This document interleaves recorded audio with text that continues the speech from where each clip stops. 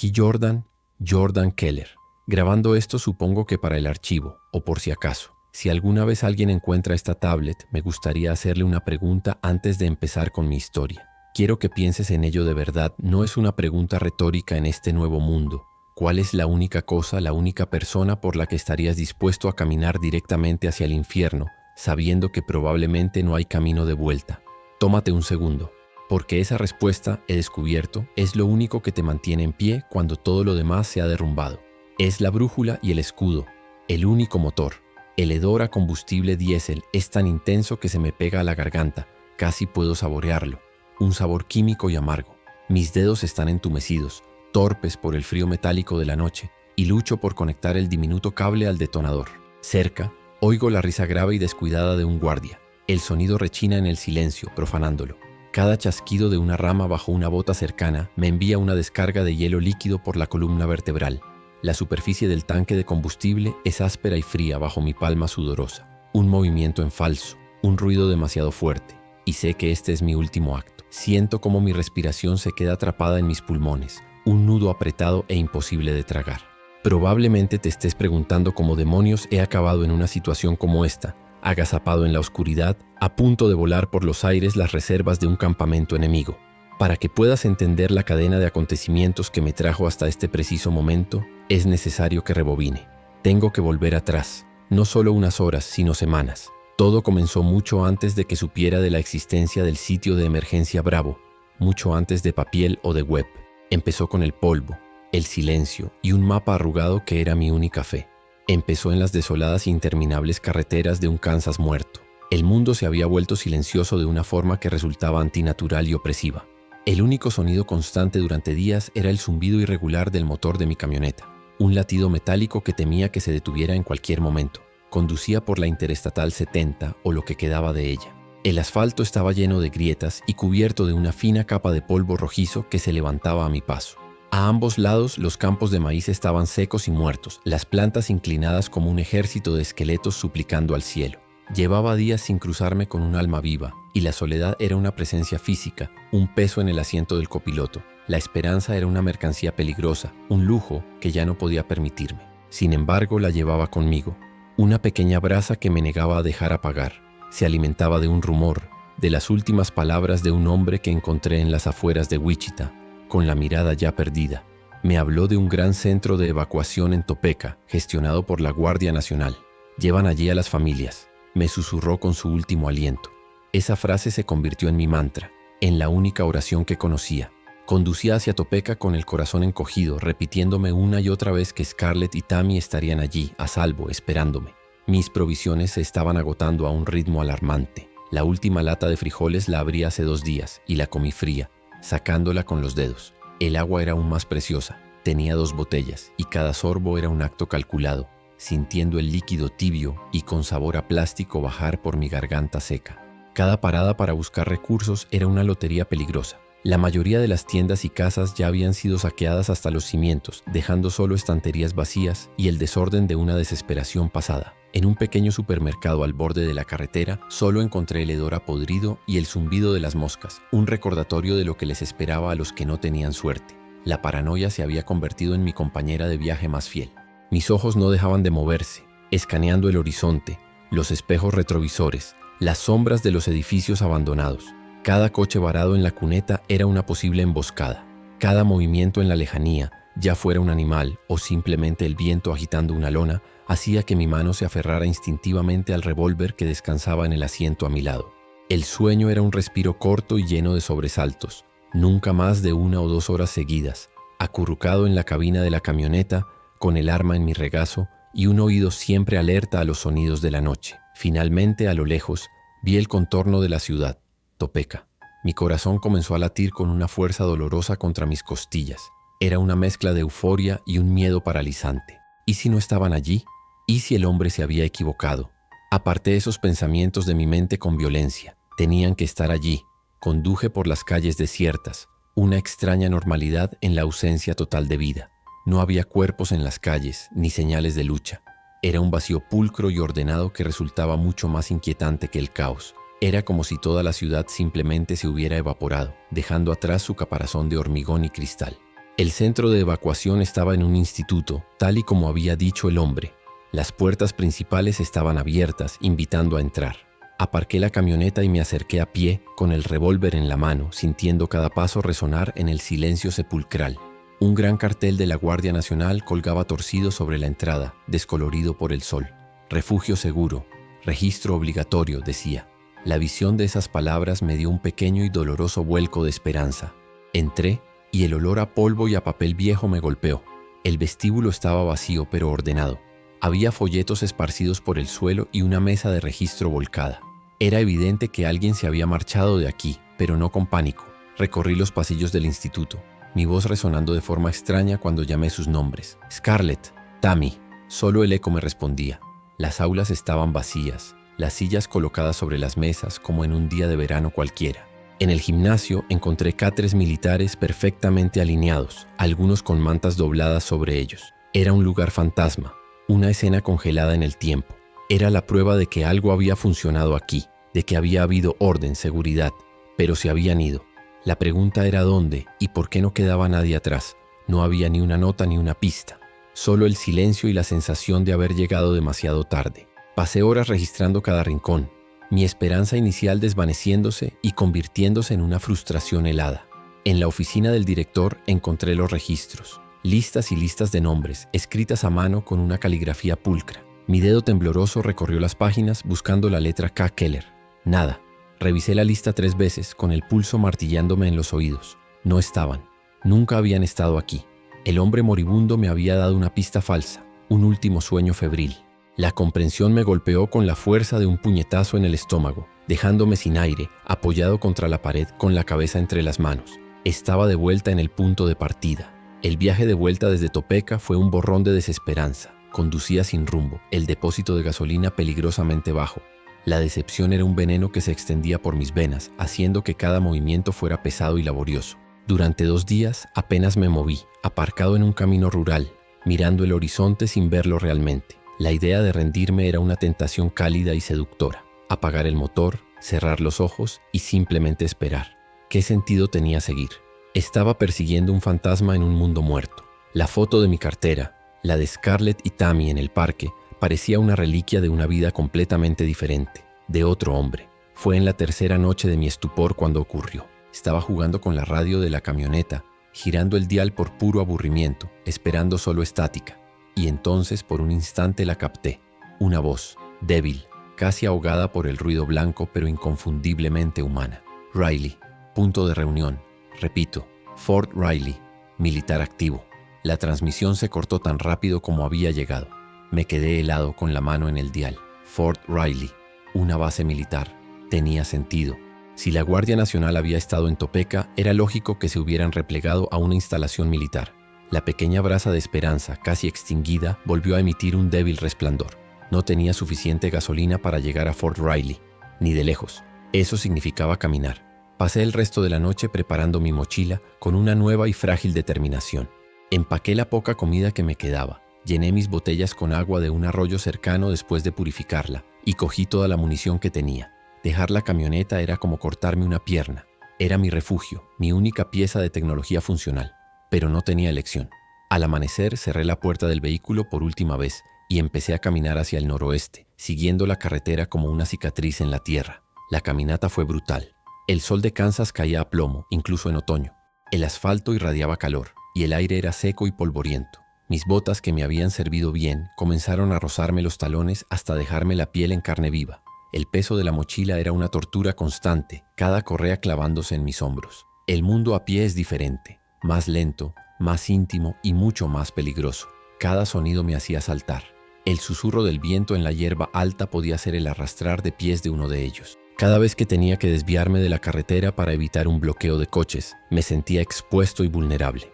Una tarde, tuve mi primer encuentro cercano desde que dejé Topeka. Tuve que pasar por un pequeño pueblo y el silencio allí se sentía diferente, más tenso. Desde el borde de la calle principal, los vi. Una pequeña manada, quizás 10 o 15, reunidos en la plaza del pueblo, caminando en círculos sin rumbo, como un remolino de muerte lenta. Mi instinto me gritó que retrocediera, que buscara otro camino, pero rodear el pueblo me llevaría un día entero.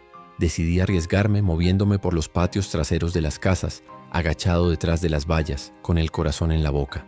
Cada ladrido de un perro a lo lejos, cada golpe de un postigo contra una pared, me helaba la sangre. Conseguí pasar sin ser detectado, pero la experiencia me dejó temblando. Me escondí en un granero a varios kilómetros del pueblo y no salí hasta el día siguiente. La imagen de sus movimientos lentos y sin propósito se quedó grabada en mi mente. No eran cazadores, no eran monstruos en el sentido clásico. Eran una plaga, una fuerza de la naturaleza como una inundación o un incendio, sin mente y sin piedad. Su simple existencia era una profanación de todo lo que había sido normal. No sentía odio hacia ellos, sino un pavor profundo y existencial. Eran el símbolo andante del fin de todo. Los días se convirtieron en una rutina monótona de dolor y perseverancia. Caminar, beber, comer una ración minúscula, encontrar un lugar para esconderse, dormir unas pocas horas y volver a empezar. Mis pensamientos se volvieron simples, primarios. Agua, comida, refugio, distancia. Cada atardecer buscaba un punto elevado para intentar ver las luces de Fort Riley, pero solo veía la oscuridad infinita.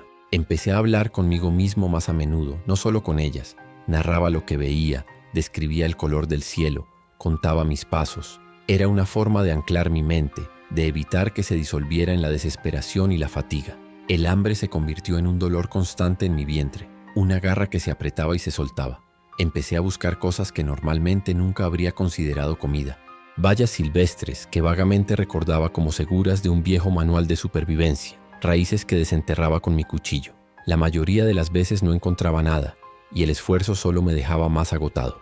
Una noche tuve la suerte de encontrar una máquina expendedora en una gasolinera abandonada que alguien no había conseguido abrir.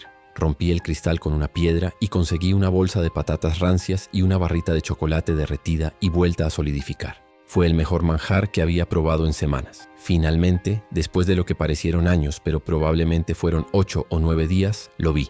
Una línea en el horizonte que no era natural. Edificios, antenas, Fort Riley. Me caí de rodillas, sin fuerzas, y simplemente miré. La distancia todavía era enorme, al menos un día más de caminata, pero verlo, saber que era real, fue como una inyección de adrenalina directamente en el corazón. Lloré por primera vez en meses, no de tristeza, sino de un alivio tan abrumador que me sacudió todo el cuerpo. Estaba cerca. Esta vez tenía que ser diferente. Esta vez, por favor, que sea diferente. A medida que me acercaba al día siguiente, una sensación de inquietud comenzó a crecer en mí, reemplazando la euforia. Esperaba ver movimiento, vehículos, guardias en el perímetro, pero no veía nada, solo el mismo silencio mortal que ya conocía tan bien. Las barricadas en la entrada principal de la base estaban destrozadas, pero no por un ataque exterior. Estaban rotas hacia afuera, como si algo hubiera intentado salir con una fuerza imparable.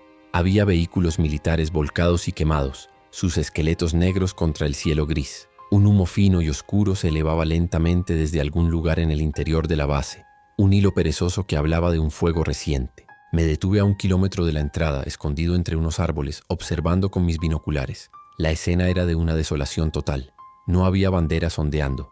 Los puestos de guardia estaban vacíos, con las ventanas rotas. Vi manchas oscuras esparcidas por el asfalto de la carretera de entrada, y mi mente se negó a procesar lo que eran, aunque lo sabía perfectamente. El patrón era el mismo, siempre el mismo. Un lugar que había sido seguro, un lugar que había albergado esperanza, se había convertido en otra tumba. Mi propio corazón se sentía como una piedra pesada en mi pecho, fría e inerte. La tentación de dar media vuelta y marcharme era inmensa. ¿Para qué entrar? ¿Para confirmar lo que ya sabía? ¿Para torturarme con más pruebas del fin del mundo? Pero no podía. Tenía que saberlo. Tenía que buscar. Incluso la más mínima posibilidad, la más ínfima pista de que Scarlett y Tammy hubieran estado aquí y hubieran salido, valía la pena el riesgo. Era mi maldición y mi propósito, seguir las migas de pan, incluso si llevaban al borde de un precipicio. Respiré hondo, controlé el temblor de mis manos y empecé a avanzar hacia la puerta rota de Fort Riley. El interior de la base era un laberinto de caos congelado. Había armas abandonadas en el suelo, junto a casquillos de bala que cubrían el pavimento como granizo de latón.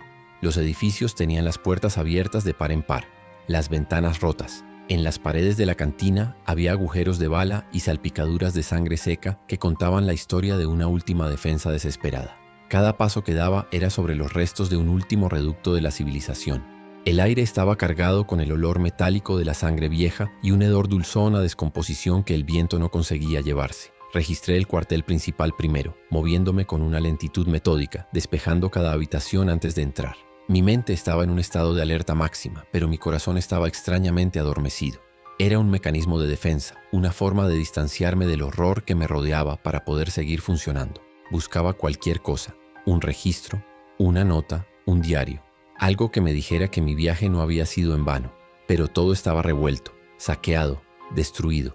Los escritorios estaban volcados, los papeles esparcidos y pisoteados, manchados de barro y de cosas peores. En un pequeño despacho encontré un tablón de anuncios. La mayoría de las notas eran órdenes militares y horarios, pero en una esquina alguien había chinchetado fotos de familiares desaparecidos, decenas de ellas, rostros sonrientes de un mundo perdido. Busqué entre ellas con una urgencia febril, mi mirada saltando de una cara a otra. Madres, padres, hijos, hijas. Cada foto era una historia de amor y pérdida, pero no encontré las de ellas. No había rastro de Scarlett o Tammy. Una parte de mí se sintió aliviada, pero otra parte se hundió aún más en la desesperación. Si no estaban aquí, ¿dónde podían estar? El sol comenzaba a ponerse, tiñendo el cielo de tonos anaranjados y morados, que hacían que la escena de destrucción pareciera aún más surrealista. Estaba agotado, no solo físicamente, sino hasta el alma. Me senté en los escalones de uno de los barracones, con la cabeza entre las manos. Había llegado a otro final, a otro muro. Kansas era un estado enorme y muerto, y yo estaba solo en medio de él, persiguiendo susurros y fantasmas. El silencio de la base rota era ensordecedor, llenando mis oídos, mi cabeza, hasta que sentí que iba a gritar solo para romperlo. Fue entonces cuando lo vi, un Humvee volcado cerca de la armería, con una de las puertas abierta hacia el cielo. No le había prestado atención antes. Era solo una pieza más del decorado de la destrucción, pero algo en la forma en que el sol poniente se reflejaba en su parabrisas roto llamó mi atención. Me levanté, mis piernas protestando, y me acerqué. La mayoría de estos vehículos habían sido completamente saqueados, pero este parecía menos tocado, quizás por la posición en la que había caído. Me asomé al interior, con cuidado de no cortarme con los cristales rotos. La guantera estaba abierta y su contenido se había derramado por el salpicadero y el asiento. Papeles, un manual del vehículo, una linterna rota, y debajo de todo, medio escondido, había un mapa. Un simple mapa de carreteras de Kansas, doblado de mala manera. Lo cogí sin ninguna expectativa real. Probablemente no era nada, pero al desdoblarlo, vi que había marcas de bolígrafo rojo. Alguien había tachado Topeka y Fort Riley con 2 grandes X, y luego, al sureste, había un círculo dibujado con una letra temblorosa y apurada. No había un nombre, solo unas coordenadas y 2 palabras: Sitio Bravo. Mi respiración se detuvo. Sitio Bravo. No era un nombre militar oficial que yo conociera. Sonaba a un nombre en clave, a un lugar improvisado, un sitio de emergencia. Las coordenadas lo situaban a más de 100 millas de donde estaba. Miré las X sobre Topeka y Fort Riley. Quienquiera que hubiera hecho este mapa había seguido la misma ruta que yo.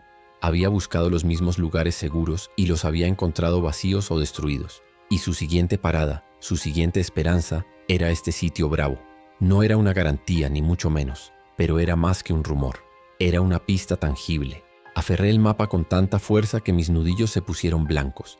El adormecimiento que me había envuelto se resquebrajó, reemplazado por una oleada de algo que casi había olvidado cómo se sentía. No era felicidad, ni siquiera esperanza en el sentido puro. Era algo más afilado, más feroz. Era un propósito, un camino claro que se abría ante mí. Ya no estaba perdido en la inmensidad de Kansas. Tenía un destino, tenía un punto en el mapa al que dirigirme. Sabía que el viaje sería largo y peligroso y que las probabilidades estaban en mi contra, pero eso no importaba. Pasé esa noche en el Humvee volcado, demasiado tenso para dormir. Estudié el mapa a la luz de mi linterna de manivela hasta que memoricé cada carretera, cada pueblo por el que tendría que pasar o, más probablemente, evitar. Tendría que volver sobre mis pasos parte del camino para encontrar un vehículo que funcionara y tuviera combustible. Sería un riesgo enorme, pero era la única manera. Caminar esa distancia era imposible.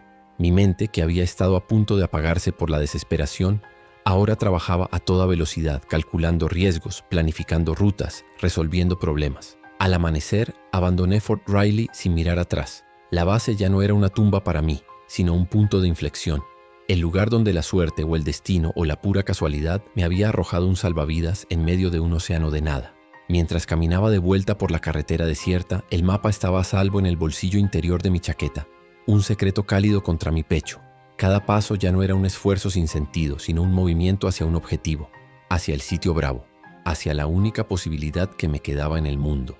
Me llevó 2 días encontrar un vehículo viable. La mayoría estaban destrozados, sin neumáticos o con los motores reventados. Finalmente, en una pequeña granja a las afueras de un pueblo llamado Junction City, encontré una vieja camioneta Ford en un granero. Tenía una capa de polvo de un dedo de grosor, pero los neumáticos estaban inflados y la llave estaba en el contacto. El verdadero milagro fue que el depósito estaba medio lleno. El motor tosió y protestó, pero finalmente arrancó con un rugido que fue la música más dulce que había oído en mucho tiempo. Conducir de nuevo era una sensación extraña. Después de tantos días a pie, la velocidad, incluso los 40 kilómetros por hora a los que me atrevía a ir en esas carreteras en mal estado, parecía vertiginosa. El paisaje pasaba borroso, un tapiz monótono de decadencia, pero ahora lo miraba con otros ojos. Ya no era solo un obstáculo que superar, sino un camino que me estaba llevando a algún lugar. La camioneta era un cascarón de metal ruidoso y poco fiable, pero era mi santuario, mi herramienta, mi única esperanza de llegar a tiempo. El viaje hacia el sur fue largo y tenso. Tuve que desviarme docenas de veces para evitar bloqueos o pequeñas hordas que se habían congregado en las carreteras principales. Aprendí a leer el paisaje, a buscar los signos de peligro antes de que fuera demasiado tarde. El humo en el horizonte, una bandada de pájaros que se levanta de repente, o la ausencia total de sonido animal. El mundo te hablaba si sabías escuchar. Y yo estaba aprendiendo a escuchar con una atención desesperada, porque un solo error podía significar el final del camino. Durante los largos tramos de conducción, mi mente volvía a ellas una y otra vez, pero ahora las imágenes eran diferentes. Ya no eran solo recuerdos dolorosos de un pasado perdido, se habían convertido en imágenes de un futuro posible. Imaginaba el rostro de Scarlett iluminándose al verme. Imaginaba el peso de Tammy en mis brazos al abrazarla. Estas visiones eran tan vívidas y tan poderosas que a veces tenía que parpadear para volver a la realidad polvorienta del parabrisas. Eran mi combustible, más importante incluso que la gasolina que se agotaba lentamente en el depósito. Una noche, mientras estaba aparcado en un campo, mirando las estrellas que brillaban con una claridad que nunca habían tenido en el viejo mundo, me di cuenta de algo. El hombre que era antes, el profesor de historia que se preocupaba por las facturas y el césped, estaba muerto. Había muerto en algún lugar de esas carreteras, en el silencio de Topeka o en la desolación de Fort Riley. El que quedaba era diferente, más duro, más delgado, más silencioso. Un hombre reducido a un único instinto, a un único propósito, sobrevivir para encontrarlas. No sabía si podría volver a ser aquel hombre, incluso si las encontraba. La camioneta empezó a hacer un ruido nuevo, un golpeteo metálico que se sincronizaba con mi propio pulso acelerado. Sabía lo que significaba. El motor no iba a durar mucho más. Cada kilómetro que avanzaba era un regalo, un tiempo prestado.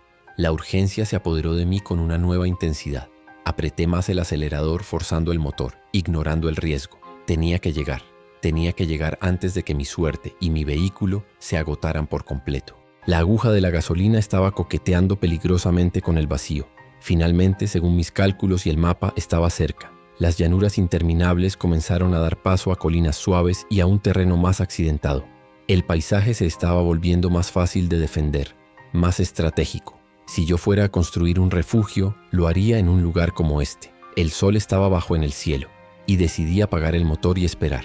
Me adentré en una arboleda y subí a una pequeña colina, sacando mis binoculares por 100ª vez. Escaneé el horizonte lentamente, metódicamente, y entonces mi corazón dio un vuelco. No era mucho, apenas una línea recta antinatural en un mundo de curvas orgánicas. Un destello metálico del sol poniente reflejándose en algo, alambre de espino, y más allá, apenas visible, la esquina de un edificio de hormigón.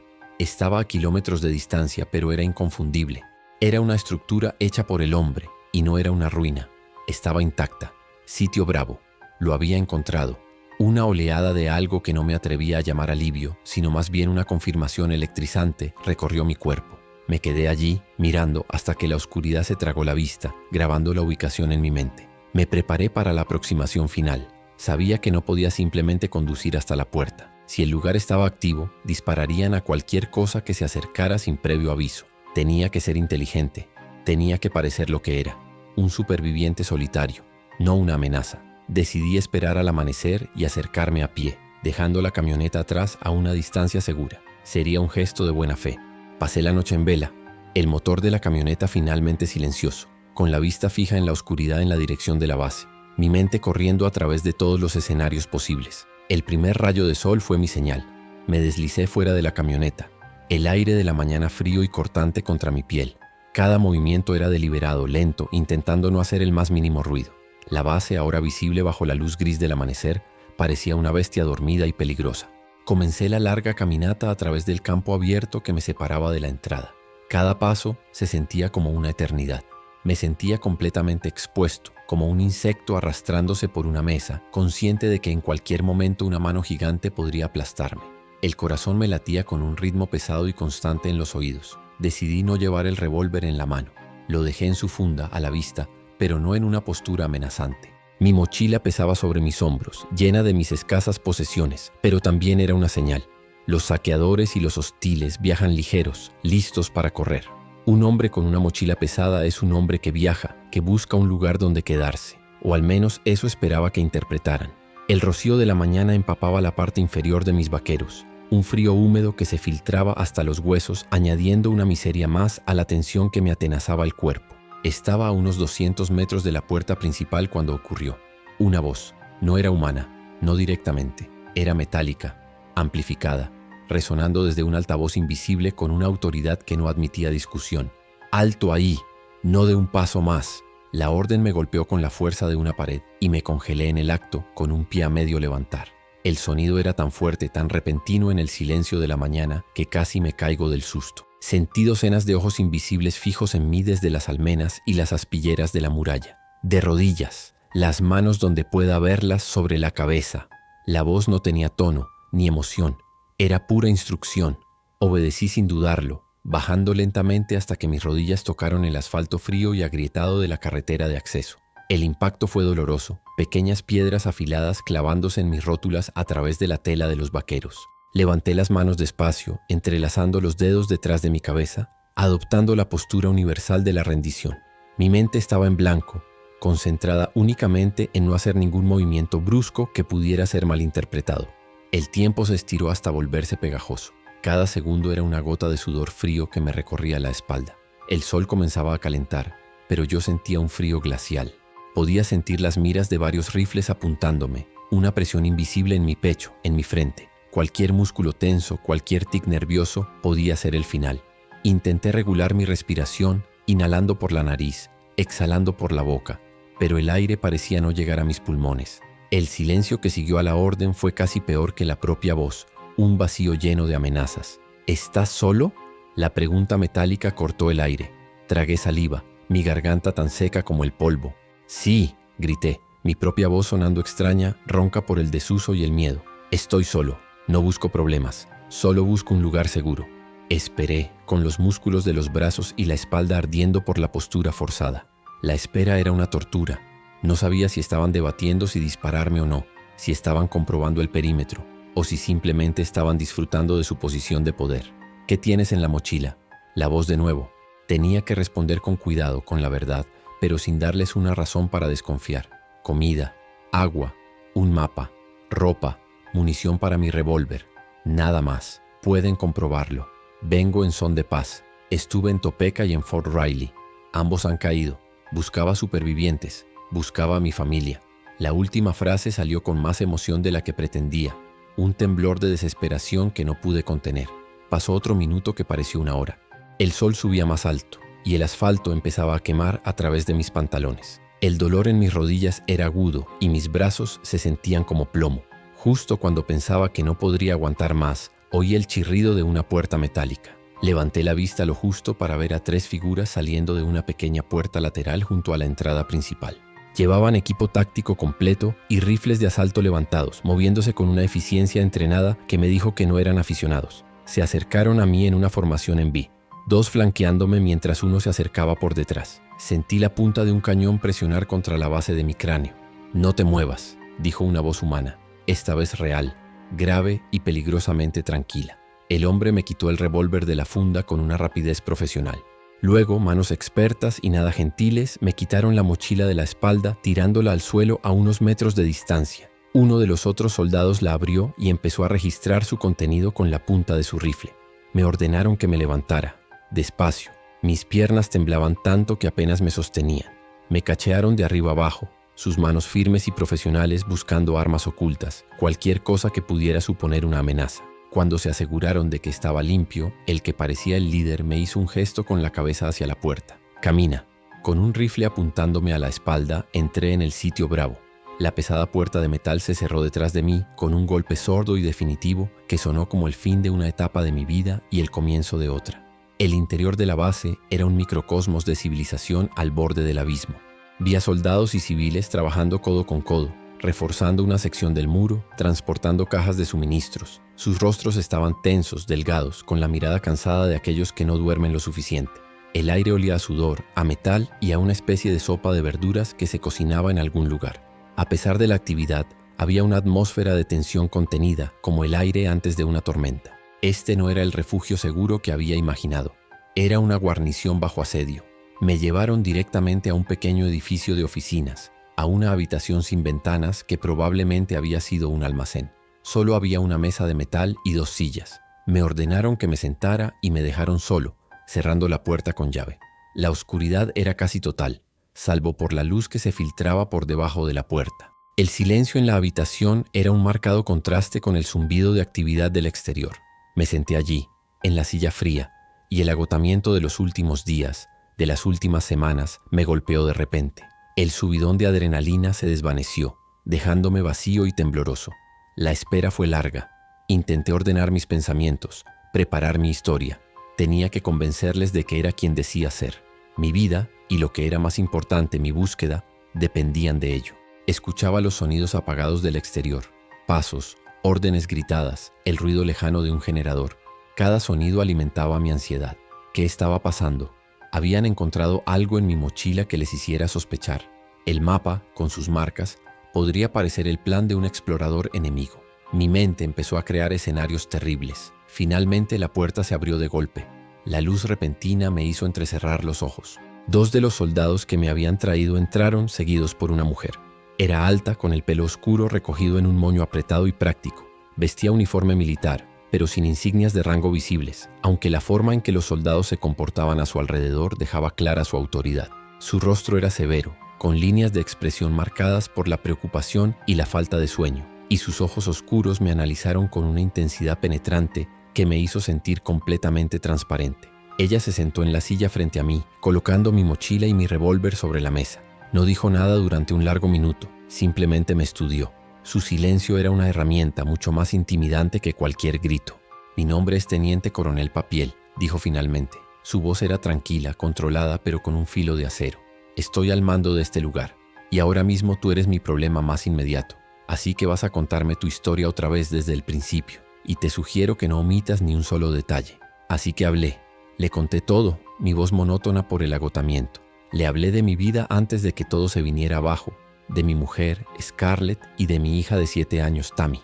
Le describí mi búsqueda, las pistas falsas de Topeka y Fort Riley, el hombre moribundo, la transmisión de radio, el mapa encontrado en el Humvee. Le expliqué cada paso, cada decisión, cada pequeña esperanza y cada aplastante decepción. Mientras hablaba, ella no me interrumpía, solo escuchaba, con los ojos fijos en los míos, evaluando cada palabra, cada inflexión de mi voz. Cuando terminé, el silencio volvió a llenar la habitación. Papiel se reclinó en su silla, tamborileando con los dedos sobre la culata de mi revólver. ¿Y esperas que me crea esa historia de cuento de hadas? Un hombre que cruza medio Kansas persiguiendo fantasmas y que casualmente encuentra un mapa del tesoro que le trae directamente a mi puerta, en medio de un asedio. La palabra asedio confirmó mis sospechas y me envió un escalofrío. «Es la verdad», dije. Mi voz apenas un susurro. «Es todo lo que me queda». Ella suspiró, un sonido lleno de un cansancio infinito. «Revisamos tus cosas. La munición coincide con el arma. La comida es escasa. La ropa está gastada. Estás desnutrido y deshidratado. O eres el superviviente más desafortunado y tenaz que he visto nunca, o eres el mejor actor del mundo».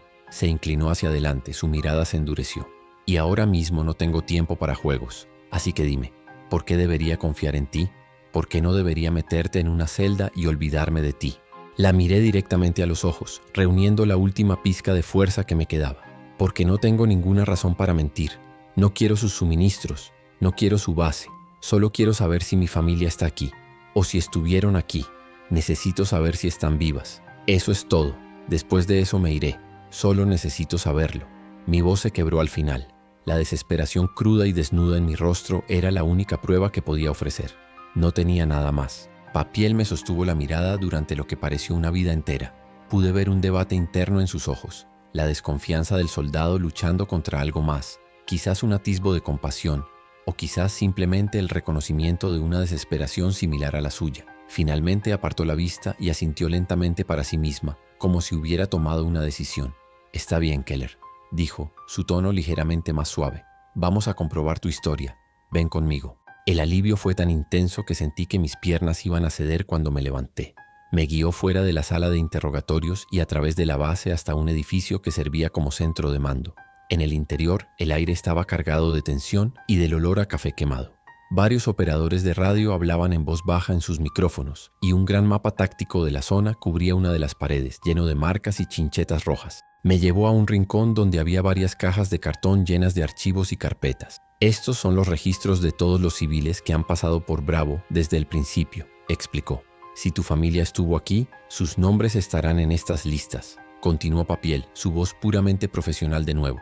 «La mayoría fueron evacuados hace semanas, cuando las cosas empezaron a ponerse feas. Tienes una hora. Si no encuentras sus nombres, te daré comida para un día y te escoltaré fuera del perímetro. Si los encuentras, entonces ya veremos». Se alejó, dejándome solo con aquellas cajas, con aquellos ataúdes de papel que contenían mi juicio final. Mis manos temblaban tanto que apenas podía abrir la primera caja. Empecé a buscar, mi corazón martillando contra mis costillas con cada página que pasaba. Las listas estaban escritas a mano, a veces con prisa, la tinta corrida. Nombres, edades, fechas de llegada, cientos de ellos. Cada nombre era una historia, una vida arrancada de raíz, familias enteras, individuos solitarios. Pasé de la letra A a la B, a la C, el pánico empezando a subir por mi garganta como una bilis amarga. Mi dedo se movía por las líneas, buscando esa combinación de letras, K-E-L-L-E-R. Era una tortura. Cada página sin sus nombres, un pequeño golpe en el alma. Estaba a mitad de la segunda caja cuando lo vi. La caligrafía era casi legible, escrita con un bolígrafo que se estaba quedando sin tinta, pero estaba allí. Keller, Scarlett, edad 34. Keller, Tammy, edad 7. El mundo se detuvo. El aire dejó de moverse. Los sonidos de la sala de mando se desvanecieron en un zumbido distante. Lo único que existía era esa línea de texto. Estuvieron aquí. Habían estado a salvo. Una oleada de alivio tan pura y abrumadora me recorrió que tuve que agarrarme a la mesa para no caerme. Lágrimas calientes brotaron de mis ojos. Las primeras lágrimas de alegría que había derramado en una eternidad. Levanté la vista buscando a Papiel. Una sonrisa temblorosa en mis labios. Estaba de pie junto al gran mapa, observándome. Asentí, incapaz de hablar, señalando el papel. Ella se acercó, miró la línea que yo señalaba y su expresión no cambió. No había alegría en su rostro, ni alivio, solo una profunda y sombría resignación. «Sigue leyendo, Keller», dijo en voz baja. Mi sonrisa se desvaneció reemplazada por un frío presentimiento. Volví a mirar la página, mis ojos buscando la siguiente columna, y entonces la vi. Una única palabra, garabateada al lado de sus nombres. Trasladadas. La palabra no tenía sentido para mí al principio. ¿Trasladadas a dónde? Miré a Papiel confundido. ¿Qué significa esto? ¿Dónde están? Ella suspiró el sonido de un peso insoportable. Cuando el asedio de Webb se intensificó, tomamos la decisión de evacuar a los civiles más vulnerables, principalmente mujeres y niños. Era demasiado peligroso aquí. Organizamos un convoy hace 3 semanas. Me explicó que el convoy tenía 2 destinos posibles, como medida de seguridad en caso de que uno fuera atacado. La elección se dejaría al líder del convoy en función de la inteligencia que tuvieran en ruta. El primer destino era otro refugio más pequeño, el sitio Charlie, a unos 200 kilómetros al oeste. Era un puesto de avanzada menos defendido que Bravo. «Perdimos el contacto por radio con Charlie hace una semana», dijo Papiel. Su voz era plana, exponiendo los hechos sin rodeos. «Justo después de que los hombres de Webb fueran vistos moviéndose en esa dirección. Tenemos que asumir que ha caído. Enviamos un dron de reconocimiento, pero fue derribado antes de que pudiera llegar. La esperanza que había florecido en mi pecho se marchitó y murió en un instante. ¿Y la segunda opción?», pregunté. Mi voz era un hilo. «Unas instalaciones de contingencia en las montañas rocosas de Colorado», respondió ella. «Un búnker de la época de la Guerra Fría, reabastecido. Es un refugio de último recurso. Su ubicación es un secreto muy bien guardado. Ni siquiera yo sé las coordenadas exactas, solo una zona general en el mapa. Está a más de 600 kilómetros de aquí, a través de territorio hostil. Si fueron allí, es como buscar una aguja en un pajar. Me quedé allí, de pie, con la hoja de papel temblando en mi mano, sintiendo como el suelo se abría bajo mis pies. 2 opciones, y ambas eran un infierno. Un refugio que probablemente era una tumba, o un viaje casi imposible hacia un lugar secreto en las montañas. La elección era paralizante. Era una no elección. El alivio de haberlas encontrado se había convertido en la peor de las torturas. Estaban fuera de mi alcance, quizás perdidas para siempre. Y yo estaba atrapado aquí, en esta base sitiada, a un universo de distancia de donde ellas pudieran estar. Sentí que me derrumbaba por dentro. La estructura de mi propósito, tan cuidadosamente reconstruida, se desmoronaba en polvo.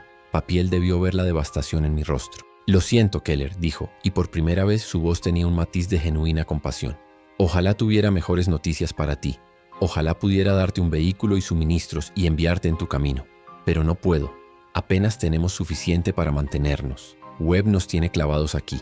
Cada día es una lucha por no perder los muros. No puedo prescindir de un solo hombre ni de una sola bala». Su honestidad era brutal, pero de alguna manera lo aprecié. No me estaba dando falsas esperanzas. Me explicó la situación con más detalle. El tal coronel Webb era un antiguo oficial de las fuerzas especiales que había perdido la cabeza.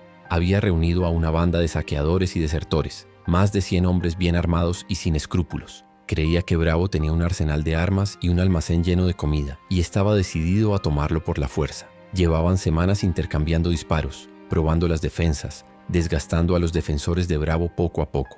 Era una guerra de desgaste que Papiel sabía que a la larga no podía ganar.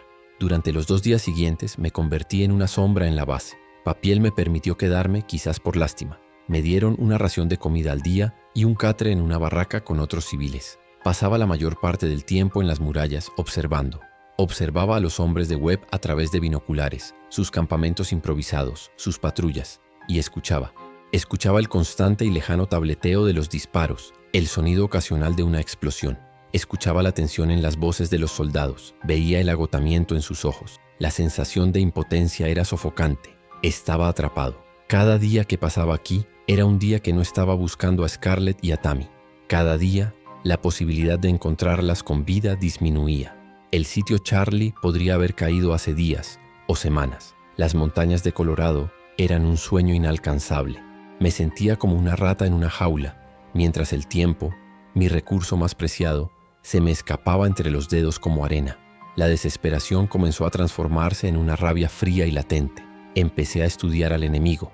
A diferencia de los caminantes sin mente, los hombres de Webb eran inteligentes, eran organizados, tenían tácticas, pero también tenían debilidades. Dependían de sus vehículos para las patrullas y los asaltos, y los vehículos necesitaban combustible. Su depósito principal de diésel estaba en el centro de su campamento más grande, apenas protegido por un par de guardias perezosos. Lo observé durante horas, viendo los patrones, las rutinas, y una idea loca y suicida comenzó a formarse en mi mente.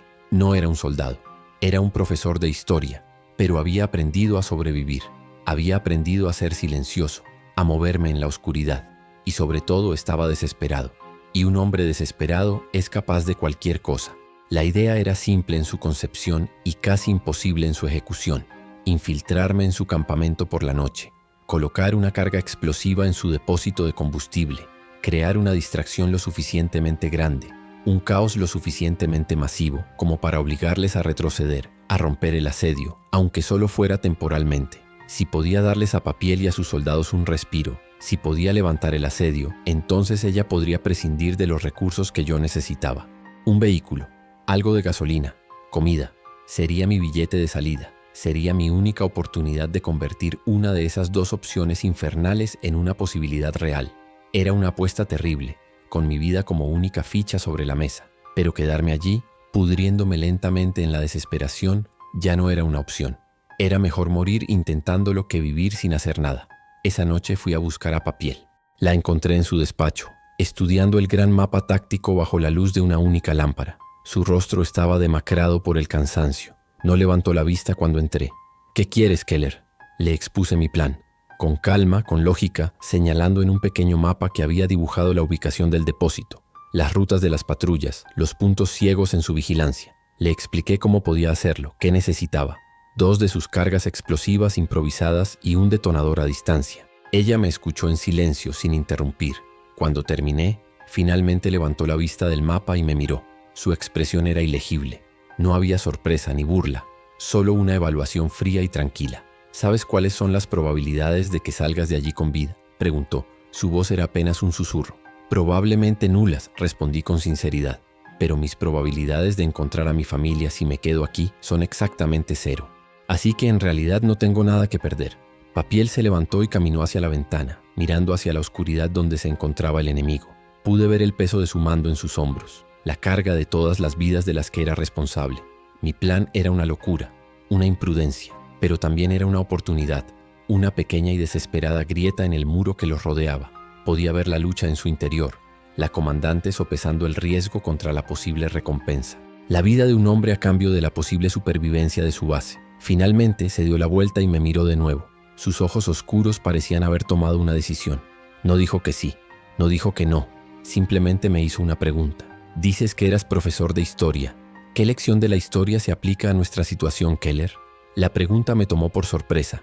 Me quedé pensando un momento, en medio de esa oficina tensa y desesperada.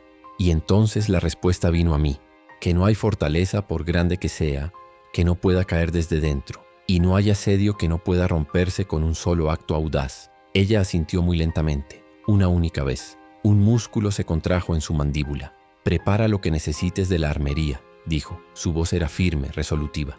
Te daré 2 cargas. Sales en cuanto oscurezca mañana. Pero que te quede claro, Keller, estás completamente solo.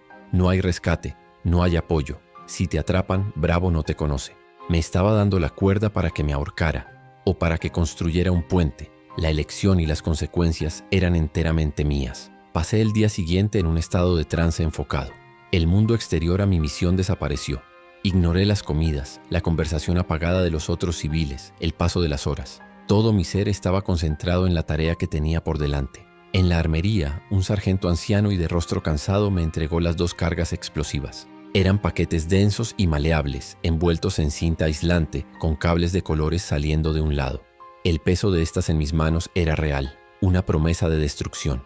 El sargento no hizo preguntas, solo me miró con una expresión de lástima y respeto. Llevé las cargas a un rincón tranquilo del patio y las estudié durante horas. Memoricé la sensación de los cables, la textura de la cinta, el mecanismo del detonador remoto que me dieron. Era un dispositivo simple, con un único botón rojo. Sin embargo, en mis manos temblorosas, parecía el objeto más complicado del universo. No podía permitirme ningún error. Un cable equivocado, una conexión floja, y todo habría sido para nada. O peor, podría volarme en pedazos antes de tiempo. Practiqué los movimientos una y otra vez con los ojos cerrados hasta que mis dedos se movieron por pura memoria muscular. Cuando la oscuridad empezó a caer, preparé mi cuerpo. Comí el doble de mi ración, forzando la comida a bajar por mi garganta apretada, sabiendo que necesitaría cada caloría. Bebí agua hasta sentir mi estómago hinchado.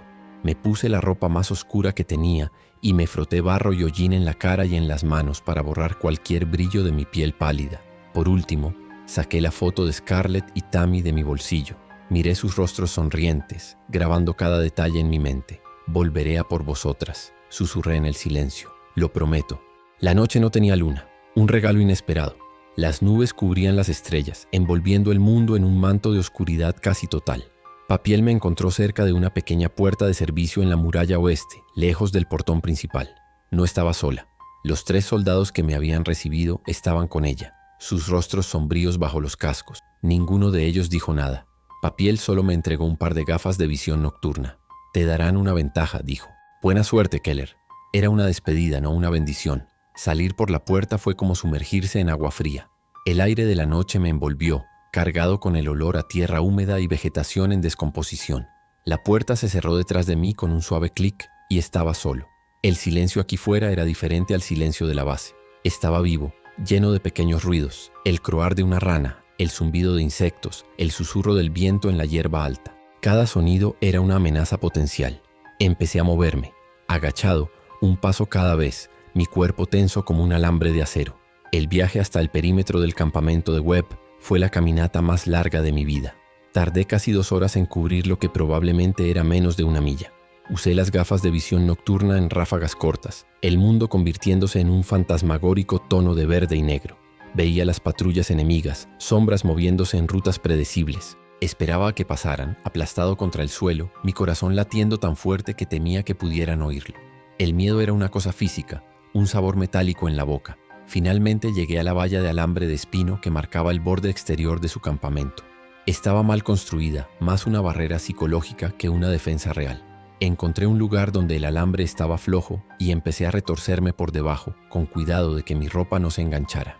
El alambre de espino me arañó la espalda rasgando mi chaqueta. El pequeño sonido de la tela rasgándose sonó como un disparo en el silencio. Me quedé inmóvil durante un minuto entero, escuchando, pero no oí ninguna alarma, ningún grito. Seguí adelante. Ahora estaba dentro. El olor era más fuerte aquí. Un hedor agrio a humo de leña mal quemada, alcohol barato, cuerpos sucios y letrinas mal cavadas. Era el olor de la anarquía. Podía oír sus voces más claramente, risas borrachas y fragmentos de discusiones. Se movían alrededor de varias hogueras, sus siluetas bailando como demonios en la luz temblorosa. Me moví de una sombra a otra, de un vehículo destrozado a una pila de cajas, mi cuerpo moviéndose con una lentitud agónica. Yo era un fantasma en su medio.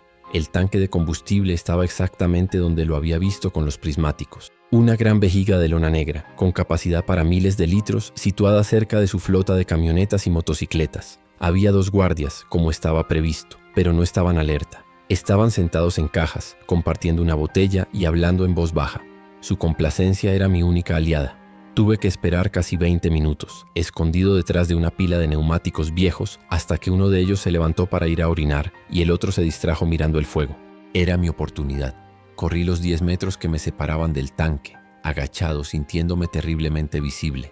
Llegué al lado sombrío del tanque y me aplasté contra la lona fría y áspera. Mi corazón estaba desbocado, una máquina fuera de control en mi pecho. Desempaqué la primera carga explosiva, mis dedos sorprendentemente firmes ahora, la adrenalina tomando el control. Trabajé rápidamente, pegando la carga adhesiva en una de las costuras cerca de la base del tanque, donde el daño sería máximo. El olor a diésel era abrumador, casi ahogándome. Mientras aseguraba la primera carga, oí pasos que se acercaban. Era uno de los guardias, volviendo a su puesto. Me quedé completamente inmóvil, aplastado en la oscuridad, mi cuerpo presionado contra el tanque. Pasó a menos de 3 metros de mí, sin verme, y volvió a sentarse. No sé cómo no oyó el sonido de mi corazón.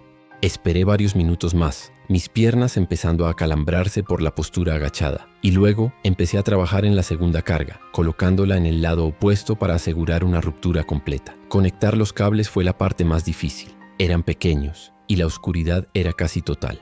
Tuve que hacerlo por el tacto, recordando el diagrama mental que había practicado. Rojo con rojo, negro con negro. Un pequeño clic cuando el detonador se conectó. Estaba hecho. Ahora venía la parte más peligrosa. La retirada. Retroceder era tan arriesgado como avanzar. Empecé a moverme hacia atrás, lentamente, 1 centímetro a la vez, deshaciendo el camino que había hecho. Cada paso era una oración silenciosa. Una vez que estuve fuera del perímetro inmediato del campamento, me atreví a moverme un poco más rápido, todavía agachado, corriendo de sombra en sombra. Mi único pensamiento era poner la mayor distancia posible entre mí y ese tanque.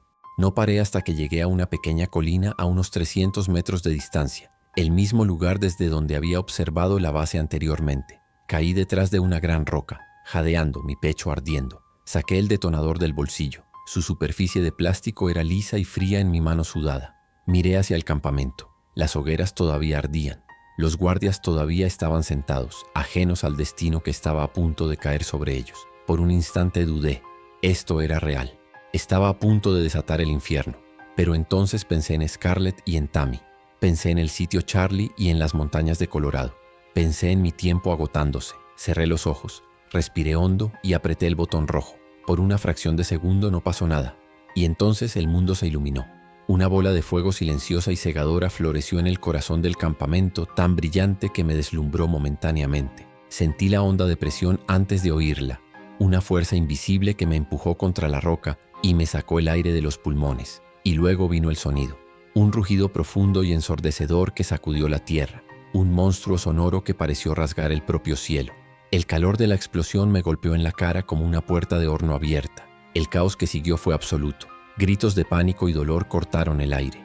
Vi figuras corriendo, algunas de ellas en llamas. Las tiendas y los vehículos más cercanos al tanque fueron engullidos por el fuego, que se extendía rápidamente, alimentado por el combustible derramado. Pequeñas explosiones secundarias empezaron a ocurrir cuando los depósitos de gasolina de las camionetas comenzaron a estallar. Había creado una escena del infierno de Dante. No sentí triunfo ni alegría, solo un vacío helado y la necesidad abrumadora de huir. No esperé a ver más. Me di la vuelta y corrí, tropezando en la oscuridad, impulsado por el miedo y la adrenalina. El resplandor del fuego detrás de mí iluminaba mi camino, proyectando mi sombra danzante delante de mí. No paré de correr hasta que llegué a las murallas del sitio Bravo, golpeando la pequeña puerta de servicio con los puños, gritando la contraseña que Papiel me había dado. La puerta se abrió y manos amigas me metieron dentro. Caí al suelo, exhausto, temblando incontrolablemente, el rugido del fuego todavía resonando en mis oídos. Dormí 18 horas seguidas. Cuando desperté, la base era diferente. El aire se sentía más ligero. La tensión constante que se había cernido sobre el lugar se había disipado. Fui a las murallas y miré hacia afuera. El campamento de Webb estaba en ruinas, una mancha negra y humeante en el paisaje. La mayoría de sus vehículos habían sido destruidos y se estaban retirando. Veía pequeños grupos alejándose, cargando a sus heridos, derrotados. El asedio se había roto. Papiel me encontró allí, en la muralla. Me ofreció una cantimplora de agua. «Se están dispersando», dijo. Su voz desprovista de emoción, pero sus ojos mostraban un profundo alivio. «Nos has comprado tiempo, Keller. Mucho tiempo». Miré al horizonte, a los restos de su enemigo. «No lo hice por ti ni por tu base», respondí, mi voz ronca. «¿Sabes por qué lo hice?» Ella asintió. «Lo sé. Y un trato es un trato». Fiel a su palabra, Papiel me dio lo que necesitaba. Una camioneta militar, fea y maltratada, pero con el motor en buen estado. Varios bidones de gasolina, suficiente para llevarme a Colorado si era necesario. Una mochila llena de comida, suministros médicos y munición. Y mi revólver. Mientras cargaba el vehículo, los soldados y civiles que pasaban me miraban de una manera nueva. Ya no era el extraño sospechoso.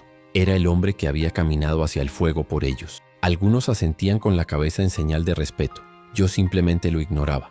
Antes de marcharme, estudié el mapa una vez más con Papiel. Marcó la ubicación exacta del sitio Charlie. «Ve allí primero», insistió. «Es tu mejor y más cercana oportunidad. Si no encuentras nada, si estás seguro de que no están allí, solo entonces dirígete a las montañas. Pero que sepas que ese camino es una apuesta de todo o nada». Miré el vasto y desconocido territorio en el mapa que llevaba a Colorado. Tenía razón. Era un salto al vacío. El momento de la partida fue anticlimático. No hubo despedidas emotivas. Papiel me acompañó hasta el portón principal, ahora abierto de par en par. Nos dimos la mano. «Buena suerte, Keller», dijo. «Espero que encuentres a tu familia». «Y yo espero que mantengas tu base a salvo», respondí. Me subí a la camioneta. El motor arrancó con un rugido saludable. Miré a la carretera abierta frente a mí y por primera vez en mucho tiempo no parecía un camino hacia el fin del mundo, sino un camino hacia una posibilidad. Ahora estoy aquí, a varios días de viaje de Bravo. Estoy grabando esto porque necesito registrar lo que pasó. Necesito que alguien lo sepa. El conejo de peluche de Tammy, Hop Hop, está en el asiento del copiloto a mi lado, un recordatorio silencioso y constante de lo que está en juego. El mapa del sitio Charlie está doblado en mi bolsillo. El camino por delante es incierto y lleno de peligros que ni siquiera puedo imaginar. Pero la parálisis y la desesperanza se han ido, reemplazadas por una resolución fría y dura como el acero. No sé lo que encontraré en el sitio Charlie. Quizás encuentre la ruina y el dolor, otra falsa esperanza convertida en cenizas. O quizás encuentre un nuevo hilo, una nueva pista que me lleve más lejos. Y si falla, todavía están las montañas, una última y vasta apuesta contra el destino. El hombre que dejó el sitio Bravo no es el mismo que llegó a sus puertas. Es más duro, más enfocado e infinitamente más peligroso, porque ahora tiene algo que no tenía antes, un camino claro que seguir. La esperanza es un arma y yo estoy armado hasta los dientes.